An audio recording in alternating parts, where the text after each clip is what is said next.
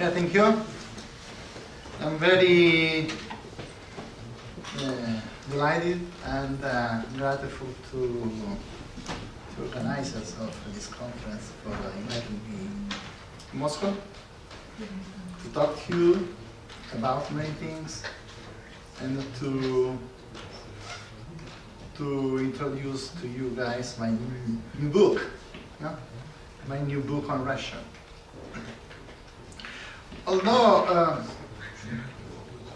this presentation was thought to be around the book, but at the very beginning of this working workshop, I understood that the main issue was about the university system, the education system. So I very quickly worked out a second presentation. And then many other speakers touched upon how to break into the top five leading economies, talking about the economic system. So maybe I have to talk about my book too. So at the very end of the day, I will address two different issues. So one is about technology, the education system in the West, and the other one is about it. So I want to make sure that we understand the role of the technology, the new technology. We are in front of a very dramatic technological revolution. And this new revolution is very quick. Very, very quick. For example, I bought this smartphone 15 months back. 15. And this smartphone has no any artificial intelligence software, technology. It's a normal smartphone. But the newest smartphones have a lot of technology and also a lot of artificial intelligence. But what the artificial intelligence is? With this smartphone, I can just take normal photos. With the newest smartphones, the artificial intelligence works for me, taking the best photos. So artificial intelligence is a tool. The photo is the outcome. So I want just to take photos. And the tool is helping me out to better achieve what the outcome is. Just to have a better outcome, just to have better photos. So we need to understand how to incorporate the technology into the education system today, and how to interpret the technology in a modern economic system. So, we said about knowledge. And one of the first speakers said about digitalization, and then of the education system, that the education system is changing. However, I want to make sure that the education system has still the same goal. The goal has not been changed in the past. And the goal is to create the best people. We want the best students. We want the best researchers. And the technology is just helping us to form the best people. It's not changing the system. It's not changing the paradigm of the education system. It's just helping us to better work in the education system and to better form people, to have smarter talents, or just talents, to have smarter researchers, to have smarter students. So this is the novelty of the education system. So, on one side, the education system, the technology, when we do apply this new technology, is forcing academic institutions to readjust the way they deliver the education system. So, for example, at Harvard University, there is a growing number of classes that are delivered online. And there is a higher number of classes that are delivered on hybrid type courses.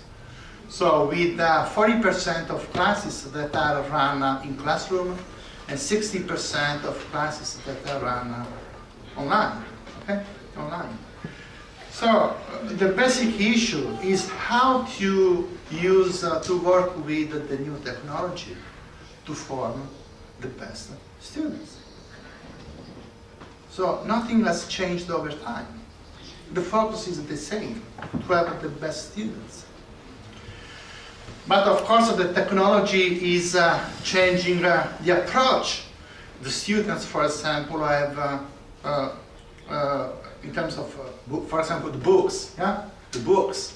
Many books are sold online. The students, many students will no longer buy the printed books, but just the online books. They go through online journals, online scientific journals. When I was a student, the only way for me to go through a paper was to go in the library, sit down, find the journal, and then the issue, and then the starting page of that paper, and then to go through the paper. Today is different because the technology is helping us very much. Okay? In a couple of seconds, we can find out on the databases, for example, Scopus, all the papers about Russia, or all the papers about Portugal and the technology in Portugal, or maybe in Canada. So it's helping us very much, the students and also the professor, the technology. So the goal is, the new goal is that with the technology we can form talents. This is the new goal of the strategy. While talents was not our strategy in the past, today it is.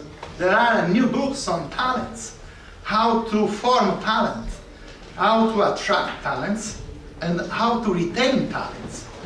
And for example, I just found a few minutes ago that in terms of global talent competitiveness index, China is number 43 and Russia is 53.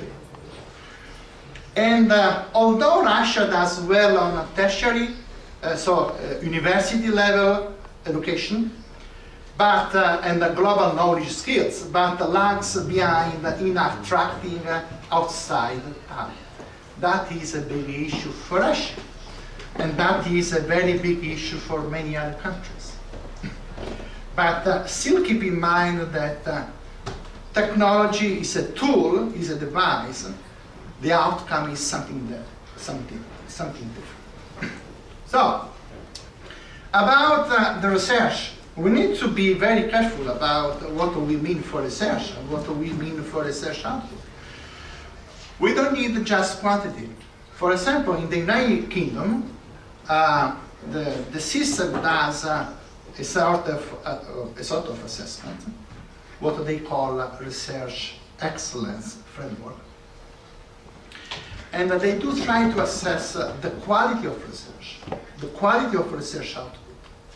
And especially, they are very interested in focusing on the impact of research beyond academia, okay? So many times, we just look at the quantity of papers, of books, of research, working papers, but all this stuff keeps within the academia. But we need to move towards a smarter society, smarter people, smarter researchers, and so to look at how our research is impacting the society, so beyond the academia. And this is a novelty of the new system. So the distance education is important. It's important for Russia too. However, I think that we need to find the proper balance between the distance education, this digital revolution applied to the education system, and the traditional classroom teaching. For example, according to my experience, I'm teaching one class, two classes in a classroom, one class online in America, and we have introduced a new platform. We work with the platform when teaching online. The new platform is Zoom. Before it was Blackboard. And the platform has been changed because it's thought, the new platform, to be more reactive. So we want to have a classroom, an online classroom that looks like as a real classroom as possible, so as much as possible. And but still, many US education academic institutions are not afraid to introduce this kind of distance digital technology applied to the education system. So, and this is quite common in America. In Italy, it's much less. Yeah, much less. But still, many Italian universities are trying to implement this online education to the system. So, although I still prefer the classroom experience, that is way better, the online teaching experience, but this is a new approach that nobody can stop. Nobody can stop. And even the libraries are changing quite a lot because investing a lot on electronic resources, much less on printed books and printed journals. So, one of the topics for discussion was strategic efficiency of higher economic education. And I think that international networking can help very much in improving the efficiency of this strategic international education. And then I come to my book. So basically, the book was, and is about Russia. It's about the Russian economic system, how to make the economic system sustainable, so over time, in the long run.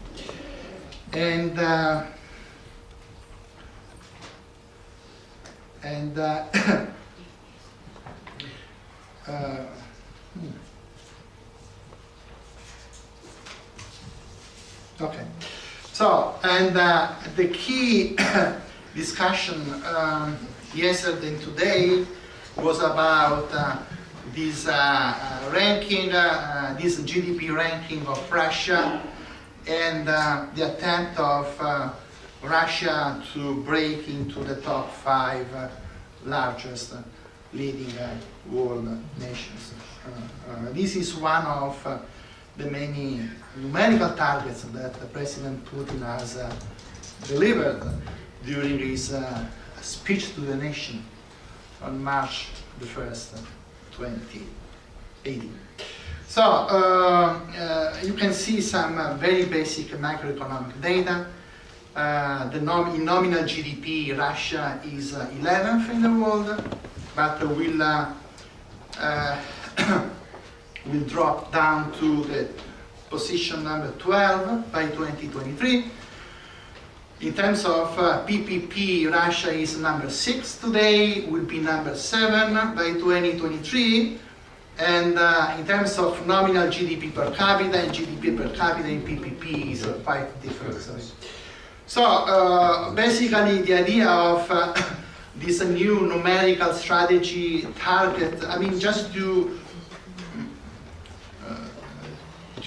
make targets clear, yeah? To the public. The main strategy is to make Russia a bit richer, yeah?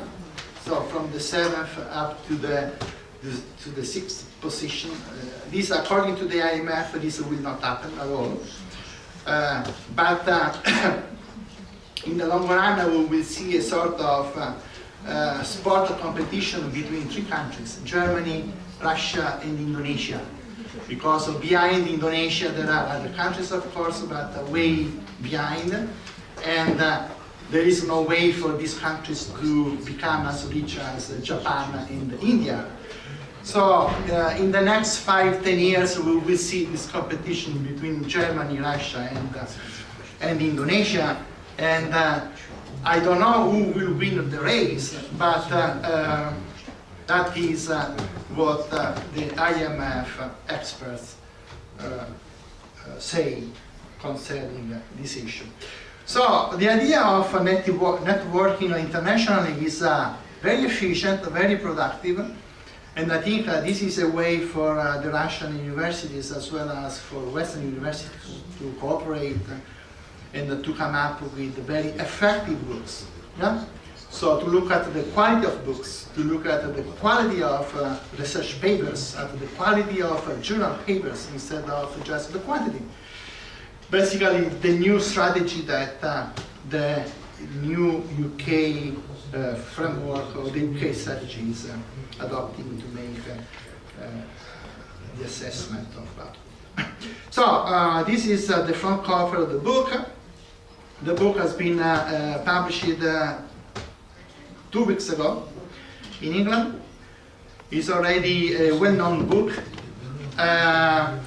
very well-known book, and I've adopted the book in America, so my American students, my international students will go through the book starting January 2019, and my Italian students will go through the book starting September 2019. I much hope that even Russian students could work on the book, will study the book, because the book is an extraordinary analysis about the sustainability of this country's strategy. So I know that I have just a few minutes left. So what I want to show you is the table of content. You see the 13 chapters that form the book. 13 different perspectives of Russia on the Russian economy, from the information technology to the artificial intelligence, all the way down to the growth scenarios. Okay, the growth scenarios, and I think that with many Russian colleagues and friends, we have done a good job to promote Russia worldwide, to promote knowledge worldwide, and also to produce a very good book. A very good book. It has been a very long process behind the book. The chapters have been peer-reviewed by myself and other people, and the chapters went through very deep changes. Yeah, very deep changes, and so we have done, I would say, I don't want to be blunt, but we have done a good job. And this job will have a tremendous impact beyond the academia too. The book has already been reviewed in newspapers, in journals, in America too, and the reviewers have been quite, I found, very happy reviewers. I mean, happy to read the book and to see this new book on Russia. And so, I think that we have already addressed all these issues. So the importance of information technology, that information technology is having a tremendous impact in Russia, is having an impact all around. And we have different economic GDP scenarios, and also many other novelties in the book. Think about the clusters, the role of clusters in Russia, the role of the circular economy in Russia, yeah, and Industry 4.0. Last but not least, you can read the book. You will have 60 days online access if you go through that the website, click on next step and enter your email. And you can have access for free to the book for course adoption and our book. Last but not least, could you back? Yeah, last but not least, I'm working on another book that will become the companion of the first book. The new book on Russia is on modeling economic growth in Russia and will be published by Emerald in June 2019. And together with many friends and many colleagues from Russia, in the second book we will aim to have a deeper, comprehensive knowledge about how to model growth. So central banking, commercial banking, modeling agriculture, growth, and smart cities, smart regions, and many other topics. So if you have any questions, I'm here and I will be happy to take any questions you may have. But just to make clear, technology is the novelty of the economies today. Technology is a tool, just a tool.